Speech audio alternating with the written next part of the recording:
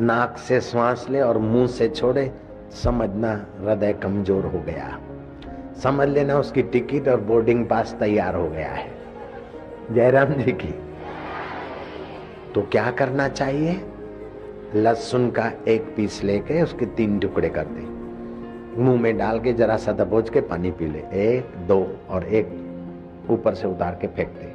थोड़े दिन के बाद 3 के 3 ले, हृदय ताकतमंद होगा और हार्ट अटैक का प्रॉब्लम आने वाला होगा तो दूर से ही भाग जाएगा। जयराम जी बोलना पड़ेगा।